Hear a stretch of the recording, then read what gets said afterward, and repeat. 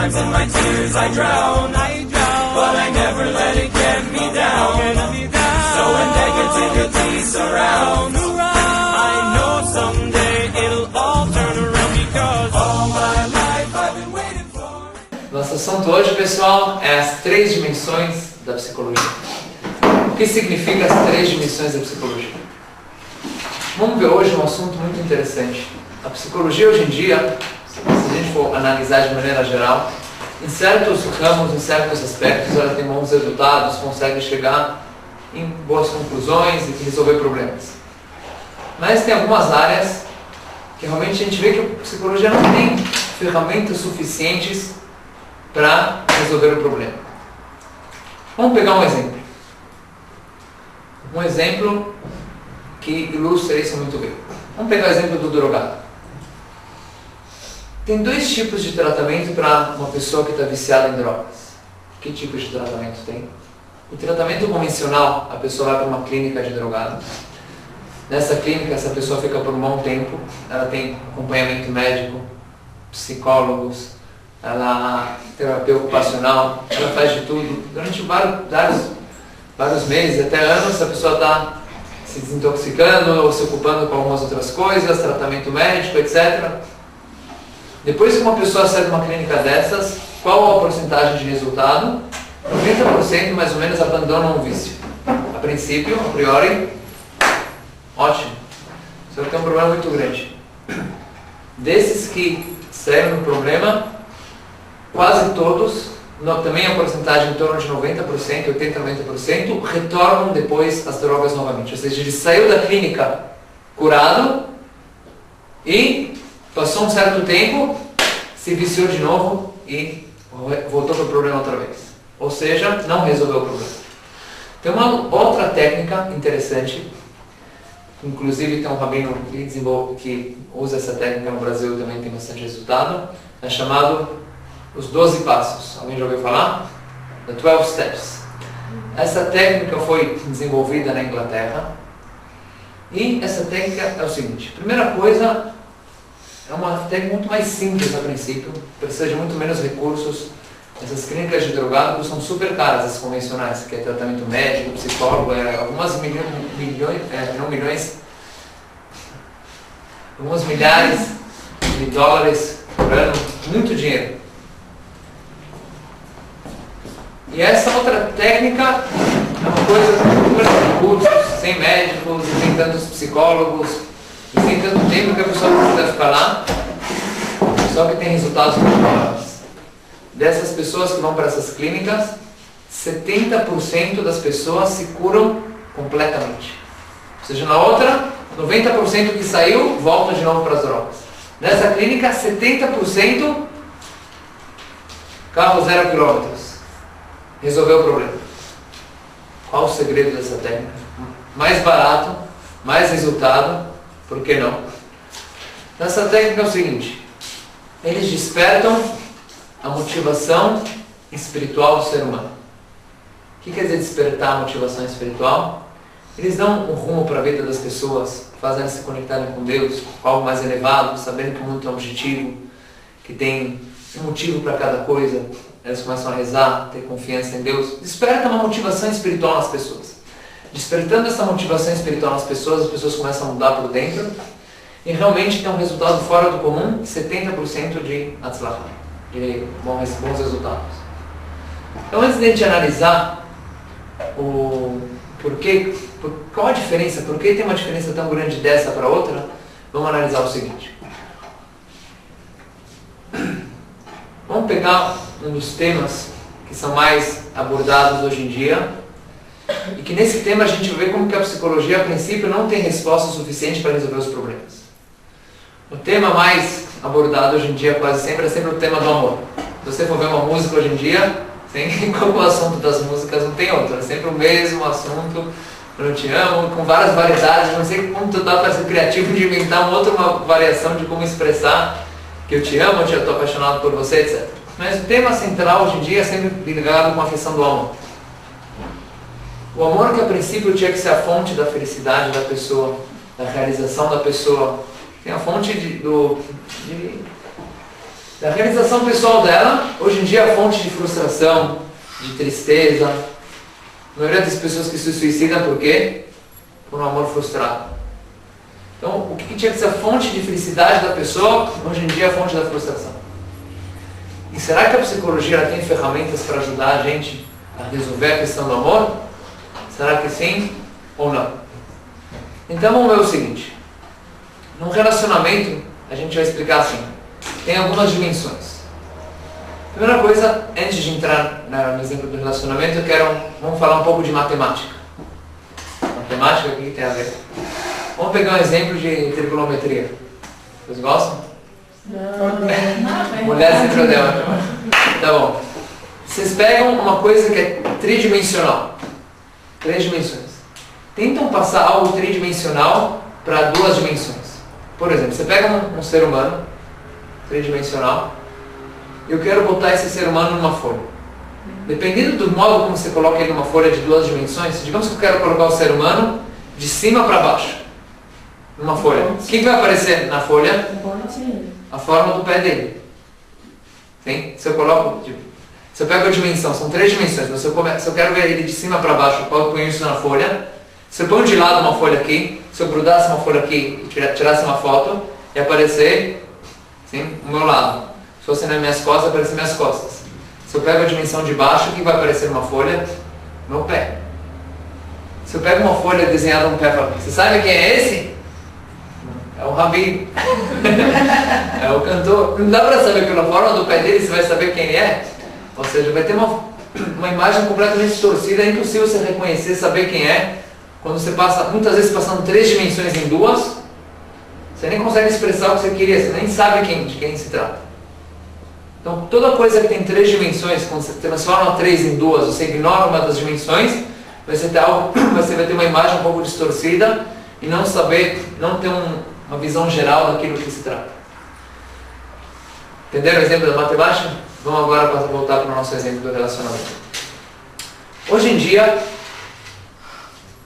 no mundo a gente reconhece no relacionamento principalmente 2 dimensões. E vamos ver se essas 2 dimensões, a gente lidando com elas é suficiente para ter um bom relacionamento ou ainda falta alguma coisinha. Vamos ver. Então hoje em dia no relacionamento tem 2 coisas principais. Uma é a parte do físico e a outra é o lado emocional. Então vamos ver por que você gosta daquela pessoa. A gente tem uma atração física, a gente tem uma simpatia, uma química, uma física, o que vocês quiserem, tem alguma coisa em comum entre os dois. Mas é só isso? Não, tem mais. A gente tem um lado emocional, eu gosto dele, ele é simpático, ele é legal, gente fina, a gente se diverte juntos, a gente tem bons momentos, a gente tem um lado emocional, estou apegado emocionalmente com aquela pessoa. Ótimo. Tem química, os dois se gostam, tem um bom relacionamento no físico, no emocional. Não é suficiente? Precisa de mais alguma coisa? Tá bom. Assim, o que vocês acham? A princípio tá bom. Se tem uma atração física, se tem uma ligação emocional entre os dois, uma ótima receita da felicidade, tá tudo perfeito a princípio. Certo ou não é? Princípio, a priori, parece que está tudo bem. Vamos analisar agora ver se está tudo bem mesmo ou se não. Vamos começar pelo físico. Um relacionamento que o lado físico é dominante ou tem importância muito grande e principalmente que liga entre os dois ao físico, é um relacionamento muito perigoso, muito frágil. Por que ele é frágil? O físico tem um problema muito sério. O físico tem um problema seguinte, que vocês sabem, é uma coisa sabida, mas se a gente for analisar, a gente vai ver como que isso é uma coisa problemática. O problema do físico é o seguinte: o ser humano, o nosso corpo, o nosso organismo, ele tem uma tendência de se acostumar com as coisas. Por exemplo, uma pessoa, vamos pegar o exemplo das drogas. Você começa com uma droga mais leve. Primeira vez que a pessoa fumou, sei lá, uma maconha, alguma coisa assim, que legal, diferente, gostoso. Depois que o organismo dele se acostuma, algo mais pesado.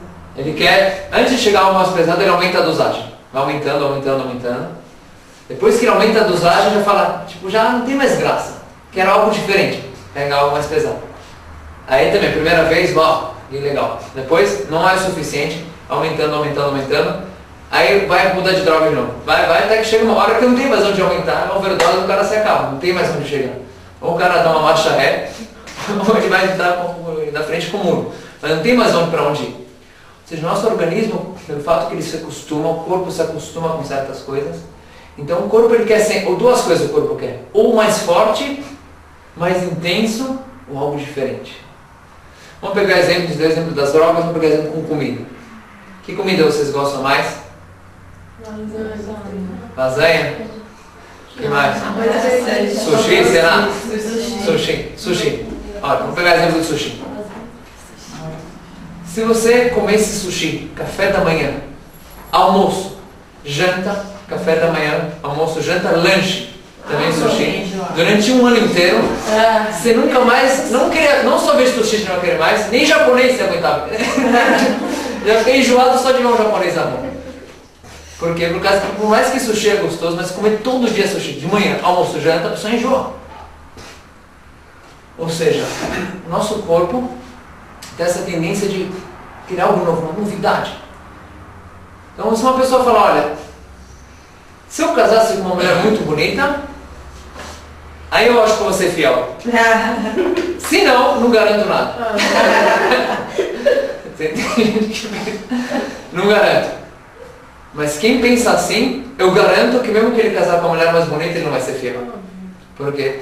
Porque mesmo que você case com a pessoa, se o ponto do físico é tão forte, isso aqui é o principal para você, você não sabe que o casamento é outras coisas também. Então, assim, mesmo que você casar com uma pessoa super bonita, tal, a pessoa mais bonita do mundo, vamos pegar. Mesmo assim, é que nem a comida, sim. Minhas alunas da Midrash. Então, mesmo assim, a pessoa não está garantida. Por quê? Por causa que, mesmo que a pessoa mais bonita do mundo, só o lado do corpo da pessoa acostuma. Ela quer algo diferente depois. Sim? Dizem que os europeus eles gostam de ir para os brasileiros que as pessoas mais morenas, porque lá tem tanta gente branca e loura, para eles não, eles querem alguém mais moreno. Por quê? Por causa que o que tem bastante é querer algo diferente. E assim vai. Ou seja, se o lado do corpo só é uma coisa assim, tipo uma bomba relógio para dar um problema depois. Que o corpo vai se acostumando, que é algo novo, que é uma novidade. A pessoa chega uma hora e fala, tá bom, ela é muito bonita, mas eu quero uma experiência diferente. Por isso que hoje em dia as pessoas chegam em tantas coisas esquisitas, coisas diferentes, assim, porque o ser humano está... As coisas normais... Vou dar um exemplo para vocês, como que a gente estraga nosso organismo. Chega uma pessoa, fala para um cara religioso, fala, não entendo, vocês religiosos não vão, é um lugar que tem praia mista, não sei o quê, qual é o problema? Eu vou para uma praia mista, comigo não acontece nada, você é todo assim frágil, fraquinho, você já vai, já fica todo assim, já balança com você, eu vou, não acontece nada, continuo firme, eu não sou fraco que nem você. No princípio, tem razão, né? A resposta qual que é? Ele fala, não, você... Aí aquela pessoa responde para ela, não, sabe qual é o problema? Você é uma máquina estragada. Hã? Que é isso? Máquina estragada? Quem está me ofendendo? Eu vou te explicar. Vamos pegar um exemplo seguinte. Primeira vez no cinema que teve um beijo no filme, foi mais ou menos nos anos, sei lá, nos anos 40, não sei que anos que foi. Primeira vez que teve um beijo no filme. Só para vocês terem uma noção, as pessoas ficaram 2 horas na fila para comprar o ingresso, que ia ter um beijo só no filme, porque era uma coisa que já mexia com as pessoas. Um beijo só no filme, as pessoas já estavam todas excitadas, ai que legal, que coisa diferente, ficaram 2 horas na fila para comprar o ingresso de um filme que ia ter um beijo só. Hoje em dia você fala, por que você está tão tempo na fila do cinema? Não vai ter um beijo no filme. Morri na tua cara. Se falasse que a pessoa dá um beijo num cavalo, aí, porque já está tão assim, a coisa está tão baixo nível, aí sim, algo diferente, aí tudo bem, é legal. Mas algo normal, ou seja, o ser humano foi criado de tal maneira que mesmo um beijo só, já assim talvez a pessoa já mexe com ela por dentro. Mas de tanto que ficou banalizado as coisas, que as pessoas se acostumaram com isso, já não tem mais graça. Então a pessoa quer algo diferente, quer algo mais forte. Por isso que uma coisa interessante também, você pega a questão do homossexualismo hoje em dia. Antigamente, as pessoas que chegavam nisso mais no homossexualismo eram pessoas que tinham um pouco mais de tendências femininas, pessoas que já mais de natureza acabavam gostando mais de homens do que mulheres. Mas hoje em dia, muita gente que chega no homossexualismo não é por causa disso. Eles sim têm atração por mulheres e tudo. Mas por que eles chegam nisso? Porque eles querem algo de diferente.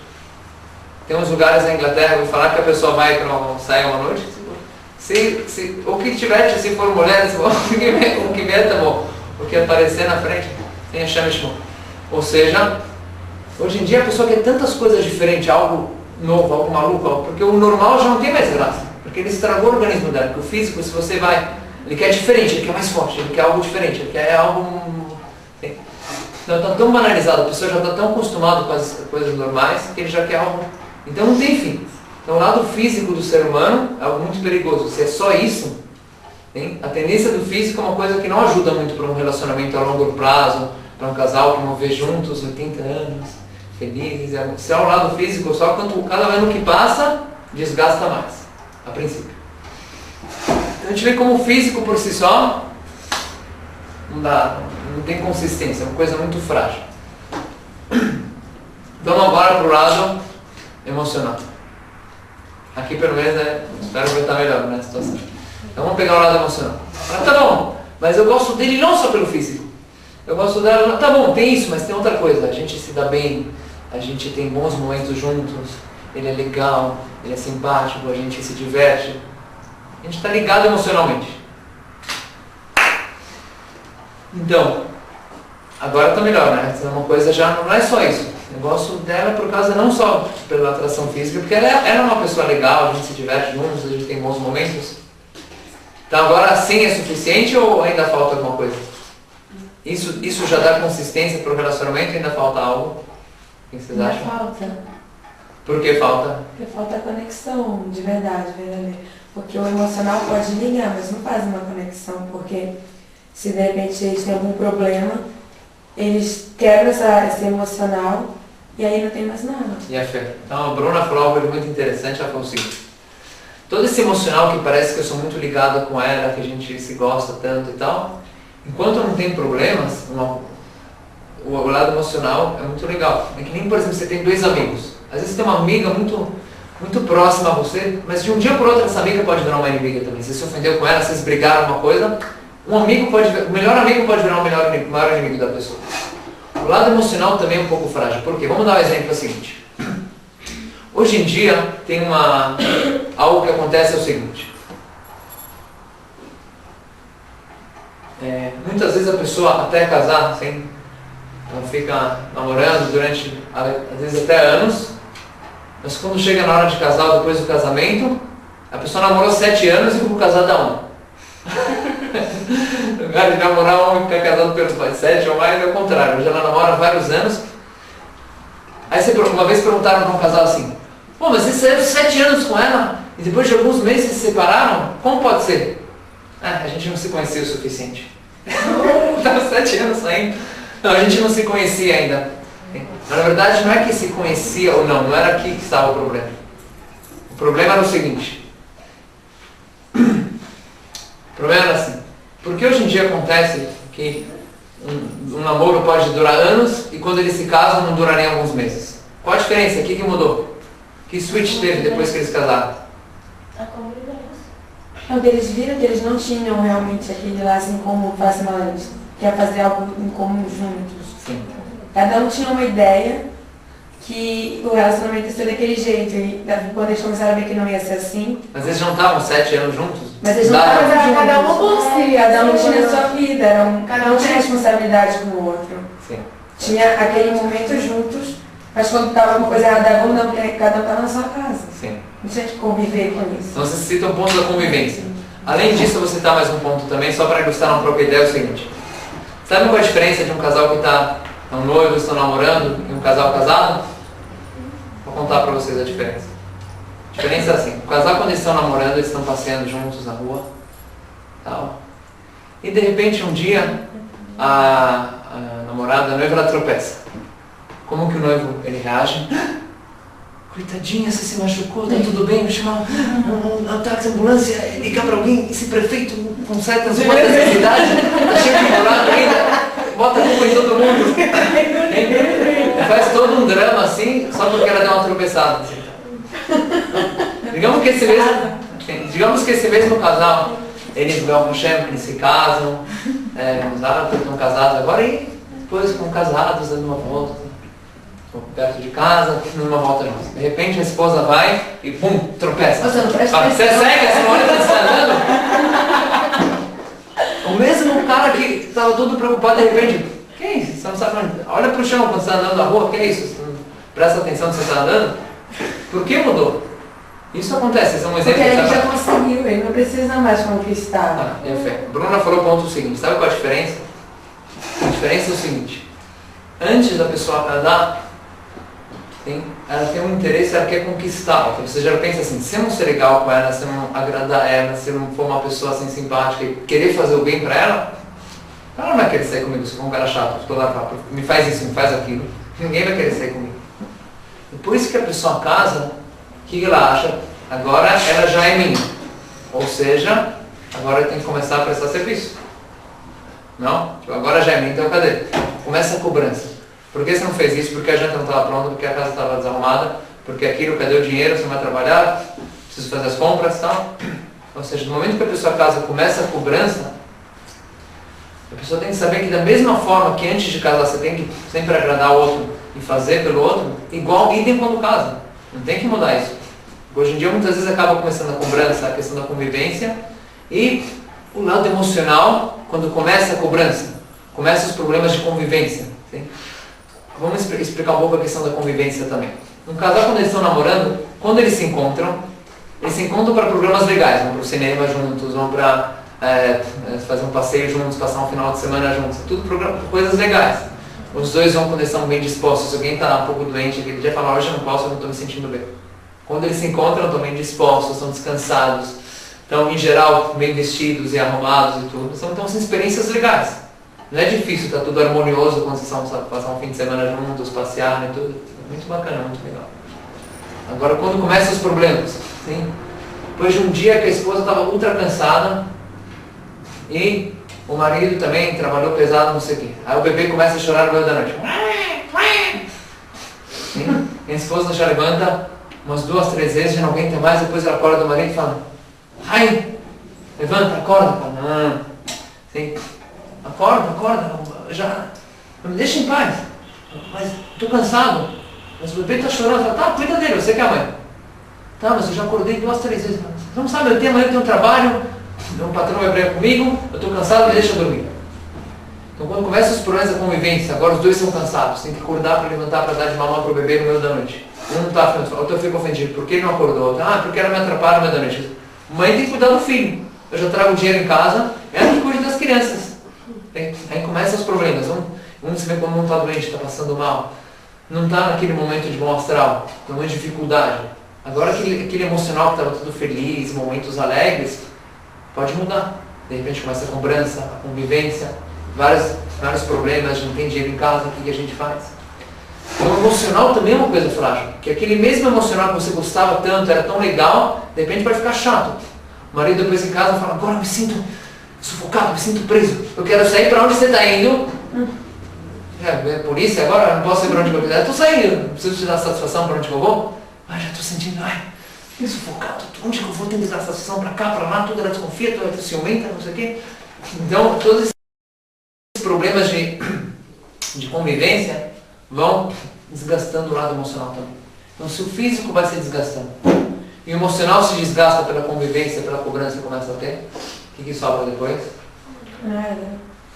Não sobra mais nada. Então, isso que leva ao que acontece hoje em dia, de um índice de divórcio tão grande, quase média de 50% no ano, muita coisa. Tem lugares no mundo, como na Califórnia, que o índice de divórcio nos anos 90 era 112%. Nossa!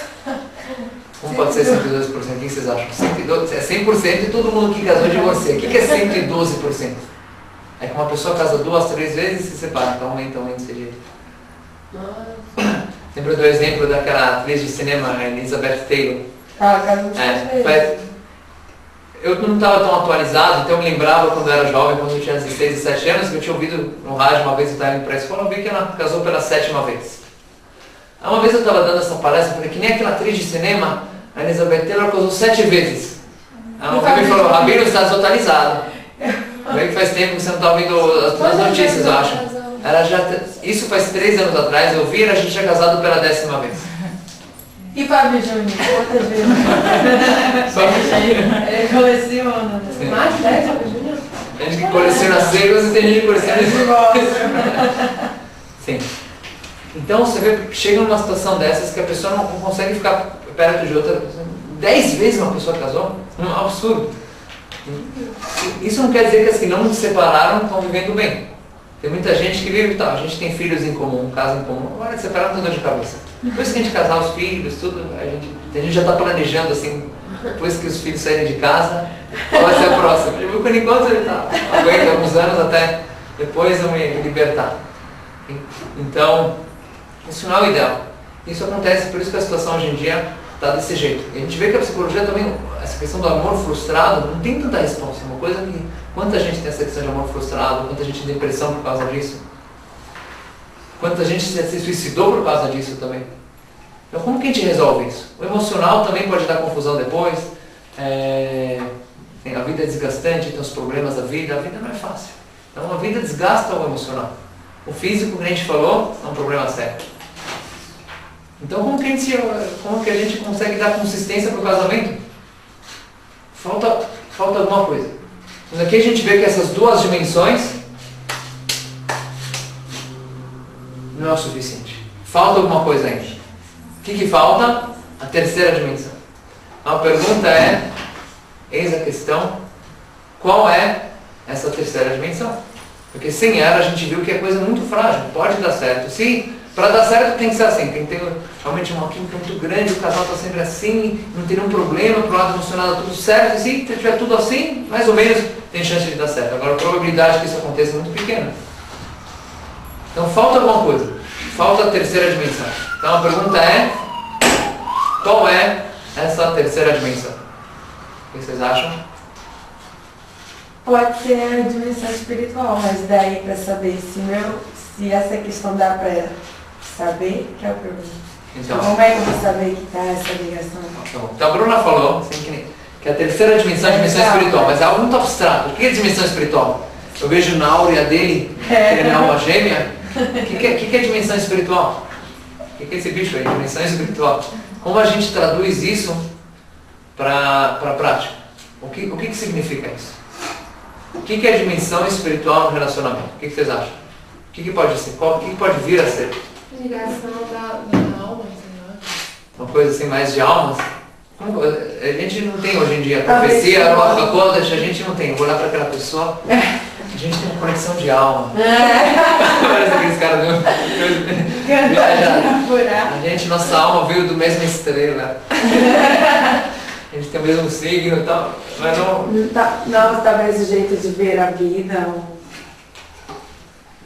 tipo assim, quando se conversa, consegue conversar dos mesmos assuntos, não que o ponto de vista tem que ser o mesmo, mas olhar para a mesma coisa. Não adianta estar conversando com alguém que fica só olhando para o chão e fica olhando para o céu. A gente nunca vai se encontrar na nossa conversa. E tem que ter, tipo, não um objetivo, não que a gente queira fazer exatamente a mesma coisa, mas pelo menos o caminho ser igual, para cada um ajudar o outro. Sim.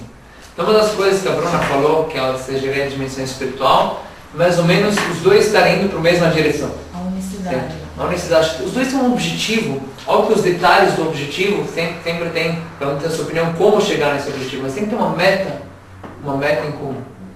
Então uma das coisas que ligam o casal é uma meta. A gente tem que construir algo junto. E a fé, muito bem. Mais alguma coisa? O que pode vir a ser a dimensão espiritual no casamento? Alguém tem mais O uma ideia? respeito pode ser. Respeito? Porque o emocional não é a mesma coisa que respeito. Nem o físico, Onde é que entra o respeito? Ou seja, o lado emocional te ensina, te dá uma motivação para você saber se trabalhar para ser uma pessoa respeitosa, uma pessoa que vai saber como lidar com o outro, trabalhar sua paciência para você poder lidar com aquela pessoa. É isso? Eu tô dizendo que o lado emocional, ele não dá essa parte do Sim, o espiritual ele te dá uma motivação para você ser uma pessoa que vai ser, que vai ter paciência, que vai ser tolerante e tal. Então vamos começar assim, vou explicar agora para vocês, tentar resumir. O que seria, é algo muito complexo, tá? Mas vamos tentar dar alguns pontos. Como que a dimensão espiritual no casamento muda a coisa completamente. Primeira coisa, segundo o judaísmo, a pessoa, a questão de casar, o casamento é uma coisa muito importante. A tal ponto que está escrito nos livros de Kabbalah que uma pessoa que não casou, ela tem que voltar em reencarnação. Se alguém veio para esse mundo, o cara podia ter feito um monte de mitzvot. Foi um cara bondoso, fez caridade. Não completou, né? Sim, estudava a Torá todo dia, rezava tudo direitinho. Nota 10. Mas ele não casou, reprovado. Tem que repetir a prova, reencarnar de novo. Então a gente vê que é um ponto chave. A pessoa pode ter feito tudo, mas não casou, falta alguma coisa. A gente comentou na outra aula, uma pessoa solteira é considerada uma metade. Palga Adam, metade de um ser humano. Tem uma metade, o que é uma metade? Tenta cortar com uma metade de uma tesoura. Não dá. Por que eu falei tesoura? Por causa que um dos nomes que tem de tesoura em hebraico é zug. Zug em hebraico quer dizer casal. Por que em hebraico casal e tesoura tem a mesma palavra? Ele fala zug, misparaim, sem na Gemara, se chama a tesoura só de zug. Por quê? Por causa que uma tesoura, só metade de uma tesoura, metade de uma faca você corta com a metade que sobrou, fica uma faca um pouco menor, mas dá para cortar ainda. Mas uma meia tesoura, dá para fazer alguma coisa com ela? Não serve para nada. Mesma coisa, uma pessoa solteira é considerada que nem uma metade de uma tesoura. Não dá para fazer nada com isso. Então, a primeira coisa que a pessoa tem que saber é que o casamento é uma coisa importante. Hoje em dia as pessoas, a questão não é mais por que se divorciar ou não. As pessoas hoje em dia questionam para que eu preciso casar. Assim, a coisa que está mais in hoje em dia é que eles dizem, para que casar? Vamos ter um relacionamento moderno. A gente vai, tal, convive junto, sem compromisso, sem nada, sem casamento. Enquanto está tudo bem, está tudo certo, está sendo bom para os dois, a gente está juntos. No momento que não estiver tão legal assim, começar a ter problema, a gente se separa. Sem ter que divórcio, cartório, baragá, confusão. Assim, enquanto está tudo bem, estamos juntos. Quando está todo problema, a gente se separa. Hoje em dia as pessoas nem para que casar? Princípio.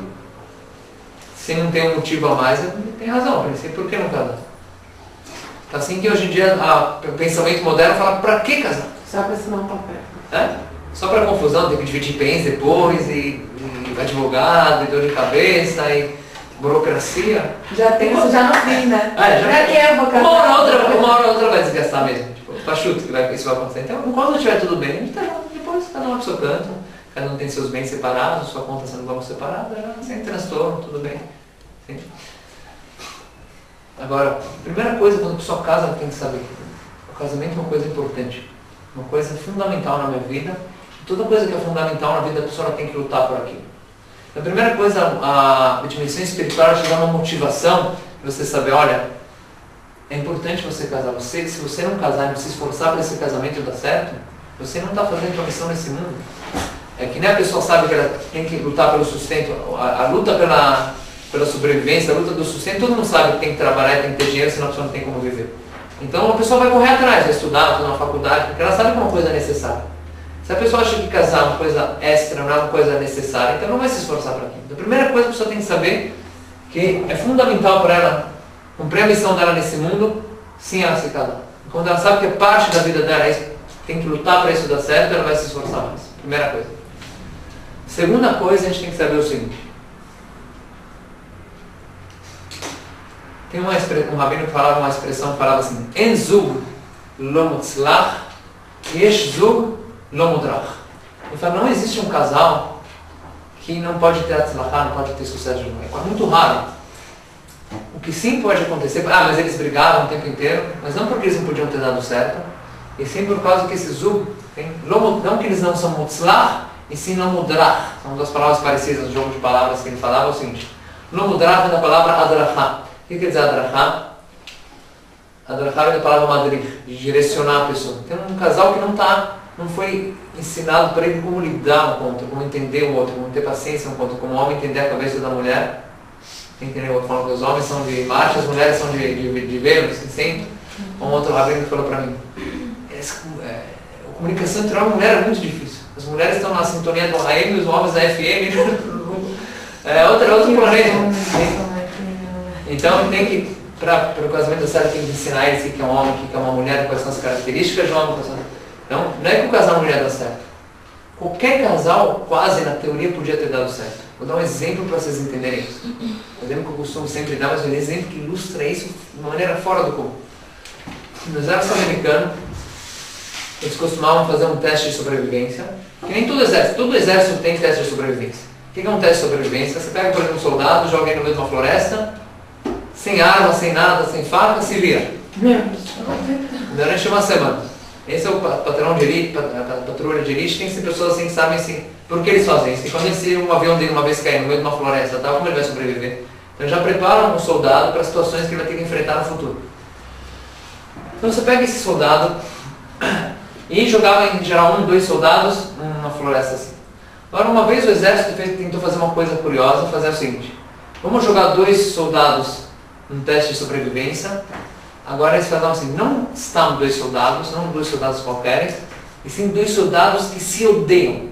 Mas não que odeiam, tipo, sei lá, não simpatizo muito com ele. Se odeiam, tipo, não posso ver a cara dele nem pintar. Não gosto dele e podemos até na briga.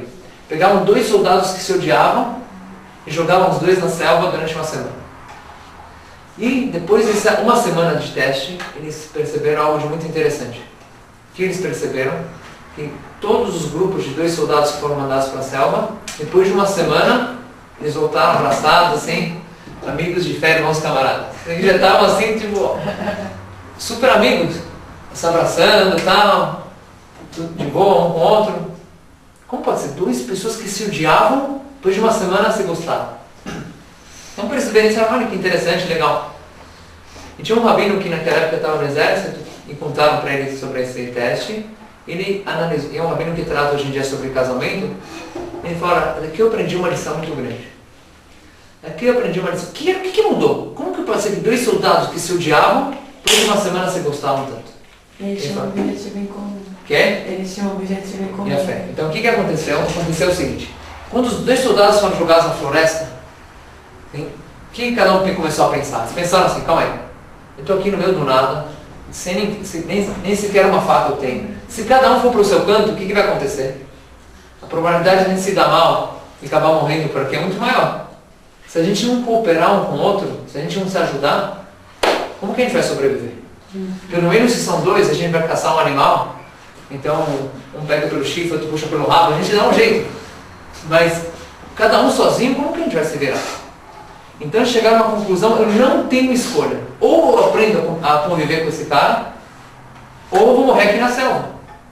No momento que ele pensou assim, eu vou aprender a conviver com aquela pessoa, ele vai conseguir no final. Tem que partir de uma decisão da pessoa, eu vou aprender a conviver com ela. Vamos encontrar pontos em comum, algum objetivo em comum, porque todo ser humano tem coisas que causam a pessoa se afastar e coisas que podem ligar entre as pessoas. Não existe uma pessoa que você não pode se ligar com ela. Então, no momento que eles tomaram a decisão, eu preciso aprender a conviver com essa pessoa. Não tenho escolha. Ela aprende a conviver com ela. Então, a regra é o seguinte, toda vez que a gente pensa assim, eu preciso aprender a conviver com aquela pessoa, ela vai conseguir no final. Mesma coisa no casamento. Por que muitas vezes não dá certo hoje em dia? Quando começa a ter problemas, o que eu penso? Uma vez eu estava andando num táxi, o motorista falou para mim, olha, eu aprendi muita coisa com o taxista, mas eu aprendi como não tem que se comportar. Eu contei para vocês de um taxista sobre a educação dos filhos, que ele falou uma vez? Não. Uma vez, meu chefe Abrafota, quando eu tinha casado, eu peguei um táxi com um taxista. E eu me lembro dele bem, que ele falava francês, eu também falo, a gente conversei com ele em francês e tal. Eu peguei quando minha esposa estava indo para um certo lugar, a gente foi juntos, eu conversei com esse taxista. 1 ano e pouco depois, quando tinha nascido meu primeiro filho, justo eu peguei esse mesmo taxista de novo. Aí eu estava todo sorridente, feliz, que nasceu meu primeiro filho e tal. Aí ele falou, por que você está tão feliz? Eu falei, Baruch Hashem, eu estou feliz, nasceu o primeiro filho, tal, nojento. Aí ele falou, legal. Ele me olhou com a cara assim, meio meio estranha, falou, sabe de uma coisa? Ele falou pra mim assim, criança é assim. Começou já, puxou o papo, criança é assim. Quando elas são pequenas, elas são tão fofas, tão meigas, dá vontade de você comer elas, de tão fofinhas que elas são. Mas quando elas crescem, você se arrepende que você não comeu elas. Assim ele fala pra mim. Mas eu tô vendo esse táxi, não. Vai sair correndo esse táxi. Olha aqui. Agora, um outro taxista me falou o seguinte uma vez. Eu estava andando com ele e falou, olha, casamento é assim. Hoje eu aprendi o que é rigor, agora eu vou aprender o que é Shalom Bayit, no casamento com outro, vamos ver o que ele vai me ensinar. Ele falou, casamento é assim. Fala.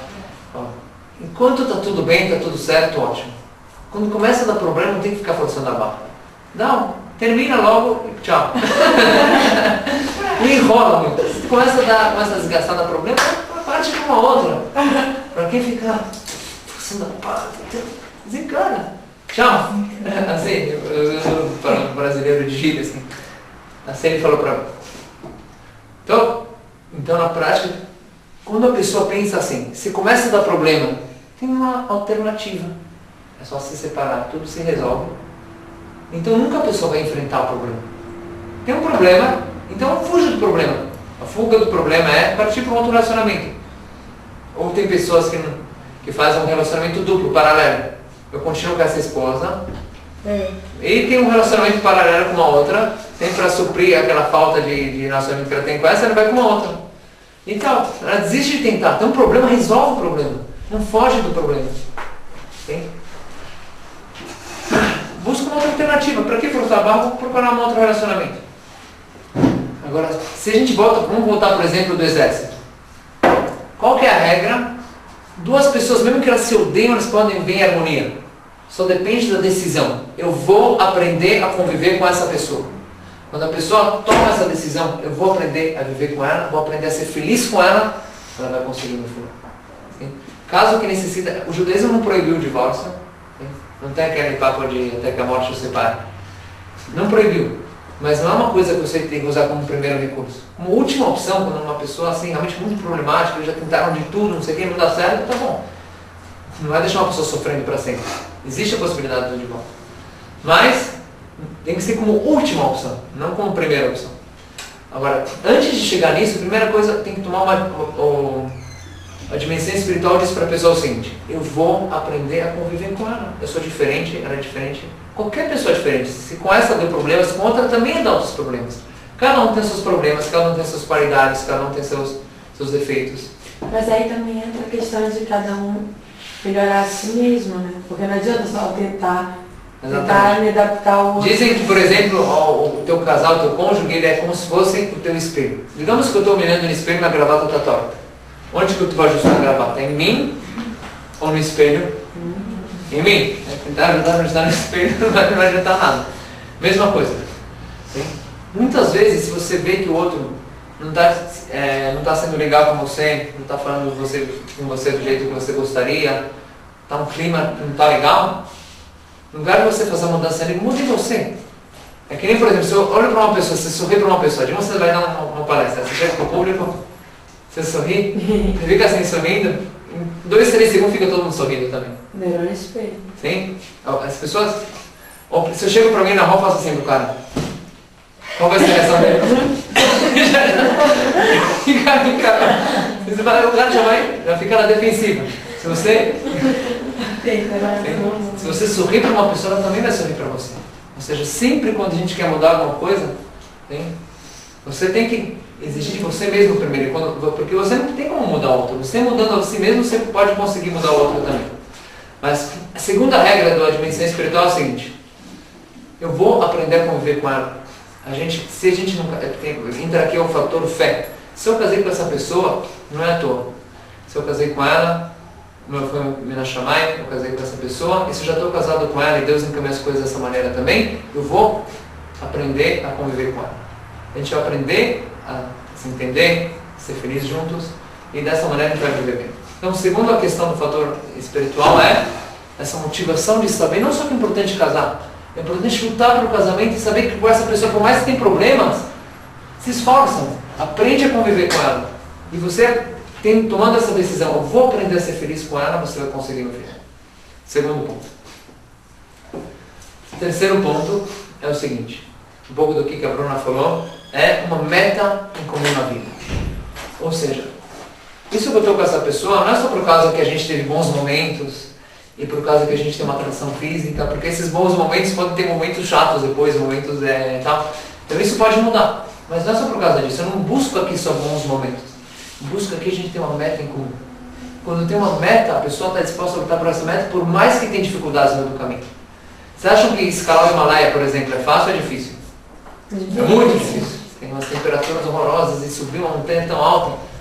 Mas como que uma pessoa conseguiu subir lá? Porque ela colocou o objetivo, eu vou subir o Himalaia.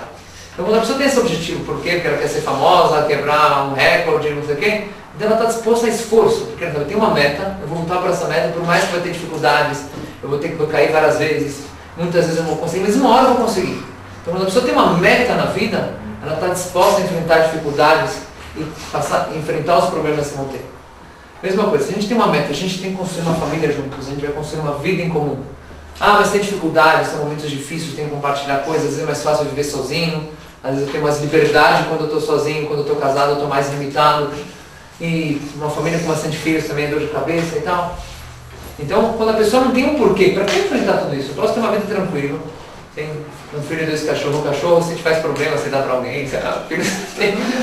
Às vezes a pessoa já o cachorro, você fica sujando o tapete persa dele o tempo inteiro, ele está sem paciência para o cachorro. Ou ele vai e deixa o cachorro numa praça pública, ou dá para alguém que dá um cachorro. Mas a pessoa não tem muita... Assim, cachorro é cachorro, você tem um jeito de se livrar dele. Mas se você não está afim de um filho, você não vai pegar ele e abandonar tudo. Apesar que a gente faz isso, encontrar uma criança aqui, eu acho que uma filipina abandonou uma criança, deixou o filho dela de 2 meses dentro do lixo. Botar uma criança no lixo. Apesar que as pessoas mesmo com crianças se comportam assim, mas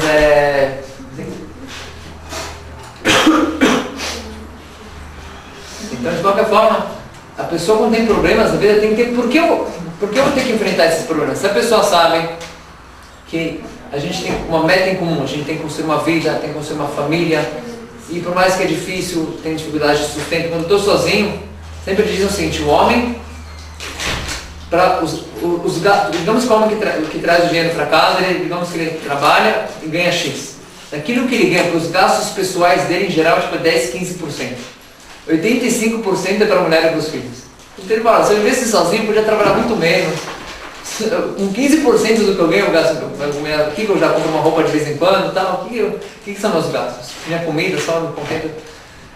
Então, mas se a pessoa, para quê? Para que me esforçar tanto? Mas se a pessoa sabe, eu tenho uma meta na minha vida, eu quero construir uma família, e a gente vai construir uma família linda, trazer filhos para esse mundo, educar eles no bom caminho, criar pessoas com valores. Cada criança é um ser, um mundo, que a gente viu ontem no passeio que fez o refrato. Uma pessoa, um ser vivo, é o mundo inteiro. A pessoa sabe, vale a pena lutar por isso. É difícil? É difícil ter uma família grande? É difícil criar bastante criança? É difícil. Mas não é por isso que eu não vou tentar, vou lutar. Tem uma motivação espiritual, sei que é uma coisa importante. Cada criança que vem no mundo é um mérito, um escuto. Vamos construir juntos. Eu e minha esposa, a gente tem uma missão em comum. A gente passa os momentos difíceis juntos. A gente quer construir algo junto também. Então, todo o lado da... Outra coisa também que é ligada com motivação espiritual. O terceiro ponto, então, que a gente falou, resumindo, é uma meta em comum. E o casal juntos vão lutar para chegar nessa meta. Apesar de vai ter dificuldades, e tudo que vai ter, nas dificuldades da convivência, mas tudo vale a pena para a gente chegar nesse objetivo tão bonito e tão grande. Terceira coisa que a dimensão espiritual nos ajuda é a questão do trabalho pessoal da pessoa, o trabalho das midot. A pessoa tem que saber o seguinte: a gente, quando uma criança nasce no Brit Milá, a gente fala uma brachá o seguinte: Shetizke legadro letorá l'chupá ul'masim tovim. Alguém já viu essa brachá alguma vez? Isso é uma coisa que a gente fala, uma brachá que você dá, que você tem o mérito de educar ele para Torá, Chupá e Masim Tovim. Tradução: você educa teu filho a valores de Torá, que você tem o mérito de casar teu filho a Chupá, o casamento, e que ele tenha boas ações na sua vida, Masim Tovim. Agora, se a gente for ver essas três coisas, a princípio está na ordem cronológica, mas não exatamente. Assim, o que vem? Torá e mitzvot, a pessoa chega na hora do bar mitzvah, você ensina para ela a Torá, depois ela cumpre mitzvot com bar mitzvah, depois vem a Chupá, só que Maasim Tovim, que boas maneiras, boas ações, você respeitar o outro, tinha que vir até antes da Torá. Derech Eretz Kadmar a Torá, Derech Eretz, as boas midot da pessoa vem antes até do estudo da Torá. Então, a ordem certa tinha que ser assim. Você tem o mérito de educar teu filho a Maasim Tovim, Torá, Bar Mitzvah, os mitzvot que ele vai fazer, e Chupá depois, Chupá é o último, casamento. Mas a gente fala Maasim Tovim quando? Depois do casamento ele vai ter boas maneiras. Aqui a gente vê uma coisa muito interessante. Você nunca vai ser uma pessoa boa de verdade enquanto você não casar. Como pode ser? Mas tem pessoas tão boas, são pessoas solteiras, tão boas. Como que só casando a gente vai ser uma pessoa boa de verdade? Essa é a pergunta. Você tem uma resposta? Por que uma pessoa solteira não pode ser tão boa e só uma pessoa que é casada vai ser uma pessoa boa de verdade? Porque quando uma pessoa é solteira, ela basicamente pensa na vida dela para ela. Sim. Quando ela está casada, a vida dela é ela e mais outra pessoa. É que ela vai trabalhar de outros dela depois que ela casa. Exatamente. Então é o seguinte, qual que é a definição de uma pessoa boa? Uma pessoa boa é que faz o bem. Assim, Deus que é tov, ele metiv. Uma pessoa que é boa é que faz o bem. Agora, mas tudo bem, eu faço bem quando eu estou solteiro, eu também faço bem. Só que é diferente. Que nem vocês falaram, quando a pessoa é solteira, o centro da vida dela é ele. E ela também faz o bem, mas por que ela faz o bem? Por causa que é agradável, você faz o bem, as pessoas te elogiam depois, falam, olha, que pessoa bondosa, que generosa, coloca voto, parabéns, que pessoa muito boa você é, a gente te admira. Assim. Sabe que tem uma coisa muito interessante, as pessoas gostam de ajudar os outros fora de casa, mas dentro de casa as pessoas não gostam. Ou seja, se um amigo teu pede para você ajudar ele a limpar o carro dele, você vai ser limpo. Agora, quando tua esposa pede para você fazer a limpeza da casa, você não está muito afim. Conhecem esse tipo de... Por que isso acontece? Tem um amigo, você nem é tão próximo assim, pede para você trocar o pneu do carro dele, tem que se sujar, fica todo cheio de coisa, parece um mecânico, você vai lá e trocar o pneu com ele e arrumar o carro dele. Agora, tua esposa pediu para você vir e fazer a limpeza da casa junto com ela, você não está afim de fazer. Isso é coisa de mulher, coisa de homem. A pessoa já vem, então, 1001 desculpas e não faz. Por que isso acontece, você sabe? Porque quando uma pessoa de dentro da tua família, tu sabe que ela gosta de ti, se tu falares não, ela não vai mudar o conceito que ela tem de ti. Mas uma pessoa de fora pode ser que mude. Então, primeiro, que a Bruna falou que a pessoa luta pela imagem dela. Você, quando você ajuda o outro, você não quer queimar a tua imagem de um cara egoísta, não sei o quê, então você está construindo a tua imagem com o outro, mas que a tua esposa ela já me conhece, ela já sabe que eu sou um folgado. Eu tenho um conceito mais pra dentro, assim, eu acho esse conceito mais pra dentro de casa, porque eles falam assim, ah não, depois eu faço. Nega, pra minha mãe, se ela falar, faz isso agora. Ah, daqui a pouco eu faço. Eu sei que se eu falar assim, mãe, daqui a pouco eu faço ou mais tarde, ela não vai chegar e falar assim, poxa, ela nunca me ajuda, não sei. Sim. Ela não vai falar isso. Sim. A minha não. É diferente, porque tem uma intimidade maior. Sim. Então você falou um ponto que é o seguinte, isso é mais certo em relação de pai, que pai para filhos é uma coisa muito incondicional. Mesmo se você não fizer o que eles querem, o pai sempre vai gostar. Mas aqui no relacionamento é diferente. Mesmo assim, então ela fala, em geral a pessoa não tem tanto medo de queimar a imagem dela com o marido, porque ela sabe que às vezes nem sempre faz, ele também não faz sempre o que eu peço, então tipo, a gente não vai queimar tanto minha imagem. Agora com os outros, se não ajudar, vai pegar feio.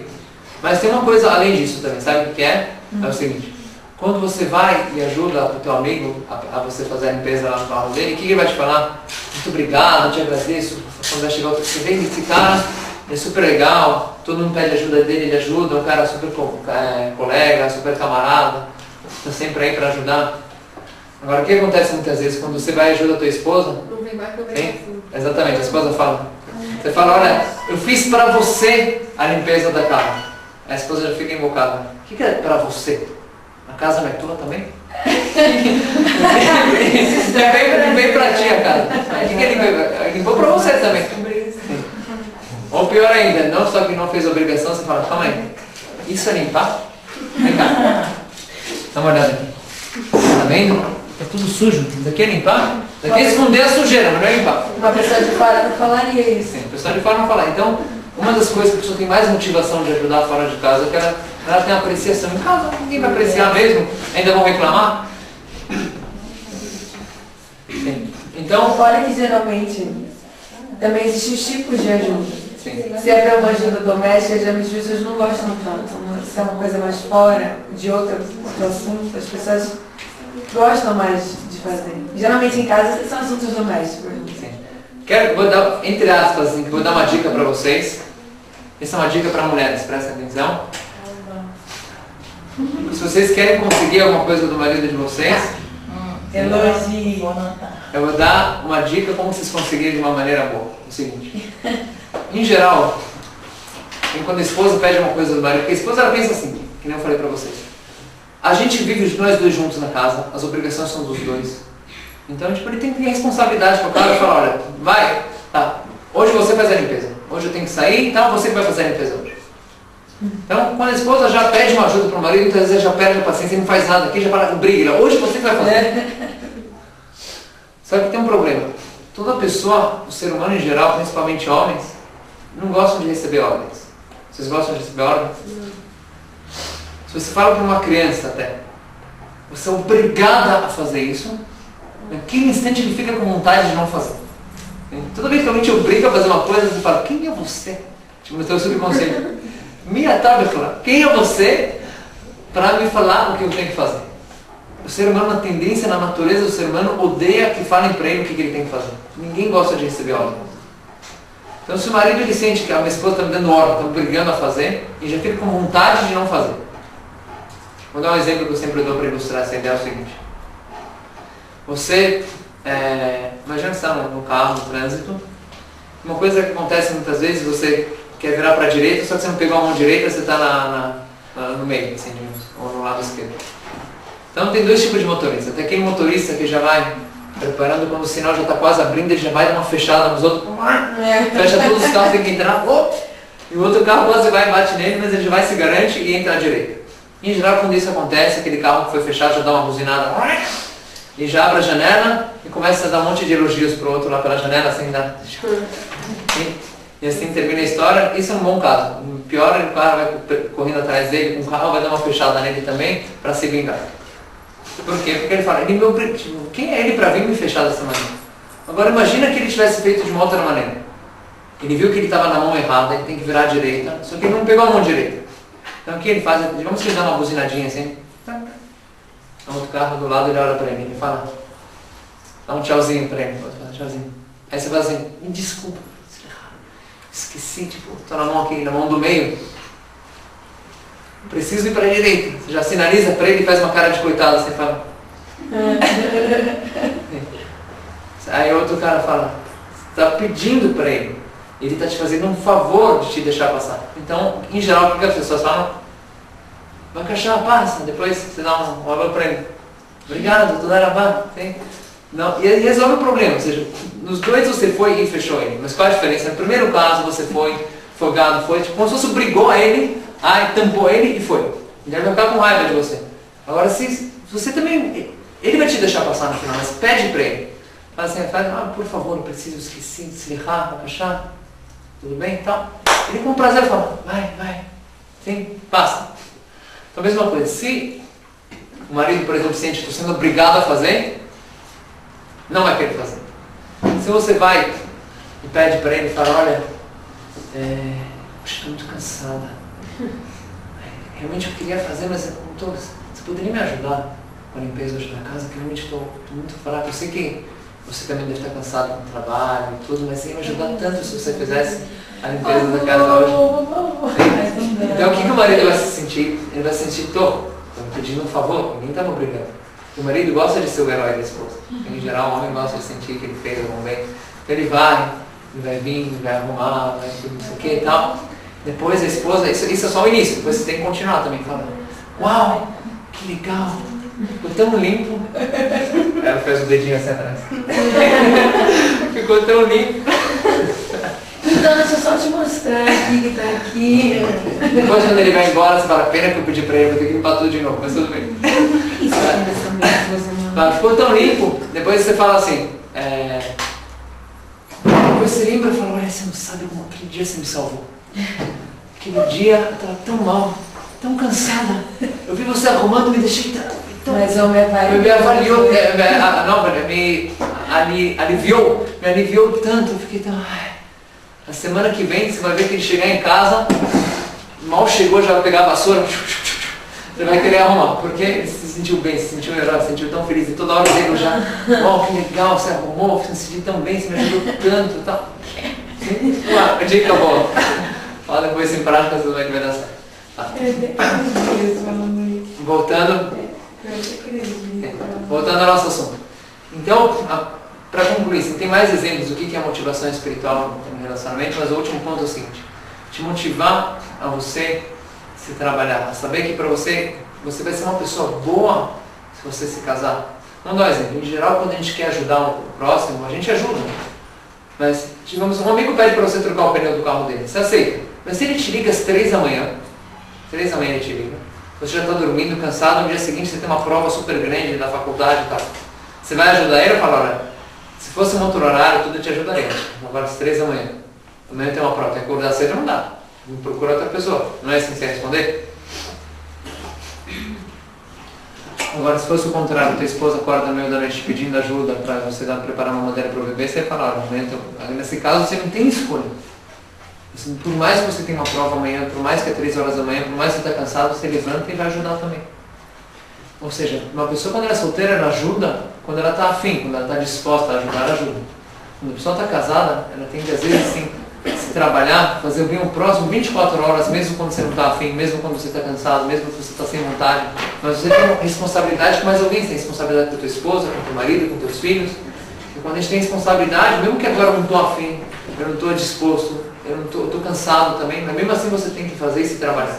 Então a pessoa, ela começa a sair do seu ego, começa a ver o outro só quando ela casa. Então quando a pessoa sabe assim, o casamento é uma coisa boa. Ah, mas por que eu tenho que mudar o meu jeito de ser? Por causa da minha esposa eu tenho que mudar? Sim, você tem que se mudar, porque a tua esposa te ajuda a você melhorar, a você ser uma pessoa melhor, a você ser menos egoísta, a você mudar as suas características. Ah, mas eu não tenho paciência. Não tem paciência? Então, aprende a ter paciência. A gente teve uma mulher que chegou para um rabino e falou, Rafa, não está dando certo o casamento. Eu, por quê? Ele falou, Rafa, eu sou uma pessoa nervosa.